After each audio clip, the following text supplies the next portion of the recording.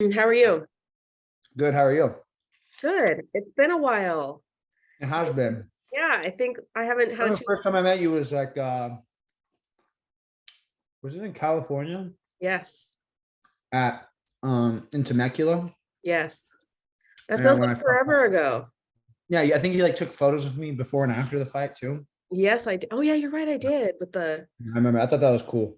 thank you. I got pretty cut up that fight too, so it was like not crazy, but like I had some blood and shit, and like it was kind of cool, like the before and after pics. Yeah, that's always what I hope for. I mean, like, as weird as Yeah. that sounds, photo wise, every time somebody gets bloody, I'm always like, oh, yes, this is great for photos. Yeah.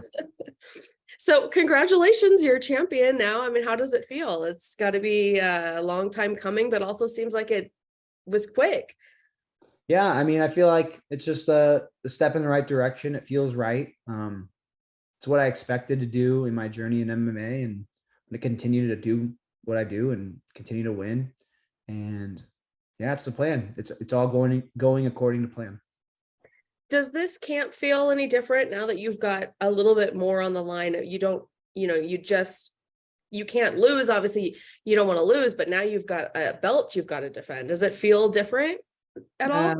Nah, not really. I've always gone in with like a white belt mentality from my first fight to, I mean, my going to be my 13th fight.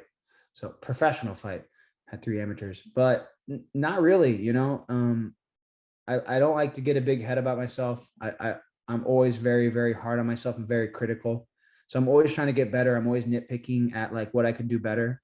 And I'm always down to learn, always training, always getting better. So yeah, I think the feeling of this camp is just like, okay, yeah, we accomplished something, Johnny. Now it's just time to continuing to do what you do and hold on to that accomplishment, hold on to that belt.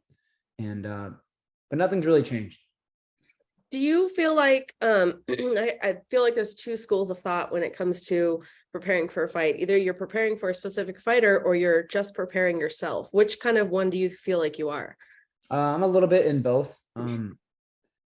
Like I'm always getting my skill sets better.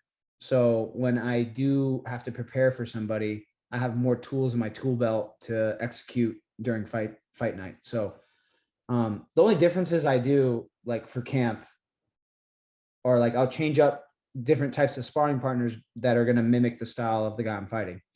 But outside of that, I'm always, I'm game planning for that guy, but I'm always, working on my tools and sharpening my tools in my tool belt to execute on fight night. So at the end of the day, yeah, you have to be smart about how you train and you're getting ready for somebody specifically, but also, you can't forget you gotta make Johnny Eblen better at the end of the day. It's more focused on yourself, not on the opponent. Did you bring in anybody special for this camp? Uh, I didn't personally bring anybody special in, but Yaroslav Amosov is training at ATT for his fight. So I've been getting a lot of work with him. And then Dovlet is a 205er in Bellator. And he kind of has somewhat of a similar style, like striking wise when it comes to sparring. So I've been working with him a bit. And then the usual, I've trained with George. I'll train with Dalton Rasta, Roman Feraldo. Also, there's a few Russians in like Ikram. I've been going with him a bit. And then Ramazan, he just got signed with Bellator at 170. So ATT has a lot of guys, and I try to train with everybody. And yeah, I didn't bring anybody specific like my last fight with Gegard. I got Sean to come out, and that was great. I actually went out and trained with him too. So, but I had to bring him in for that because his jab is just crazy good. Even when he's like fighting on 2 days' notice. I don't know if you watched that fight, but that was awesome to watch. Even though he was exhausted, it was just, man, I was on my toes the whole time. I was there. I got to sit through Oh, all you the were there? videos. Yeah. That's awesome. Yeah. That's sick. You got to see that. Yeah. Yeah. Have you been learning any Russian to trash talk at all? No, no. I'm terrible at learning languages. I tried to learn Korean as a kid. And like, cause I used to go to a Korean church with my mom. I'm half Korean. So like my brain was all over the place. I had or have ADHD or whatever. Maybe it was a misdiagnosis. I don't know. but I couldn't really like pay attention. I wasn't very interested. And as a kid, I didn't really care to speak Korean because it wasn't a language I really used. But now I'm just like, damn, I wish I would have learned. That would have been sick. But I don't know. Me and like foreign languages don't like mix very well. I'm not very I don't pick up on it very well. It's hard to learn a new language, especially at this Yeah. age, because I've been trying to do Portuguese and it's like I get taught one thing and it leaves my brain as soon as I learn it. That's how I feel. Yeah, that's how I feel when it comes to like language. Yeah. Yeah. What about being on CBS for the first time? Like that's got to be exciting. Is there any pressure of like, hey, I've got this whole new crowd of people that are going to be watching me now? No, same thing. We're getting locked in a cage and fighting for 5 rounds. So nothing different for me. Maybe a few more eyes watching and Yeah. bit bigger of a venue, but yeah, nothing new, man. This is why I got in the fight business, is to be on big shows like this. So yeah, as expected. So tell me about your opponent. What kind of fight are you expecting from him? Um, expecting him to be strong, have some, he's going to come throw a right hand. He likes throwing his right hand a lot. Some wrestling here and there, but nothing too crazy. I don't think, like, he's very, very like old school, like MMA, like some boxing, throw some kicks. I'm going to wrestle you here a bit.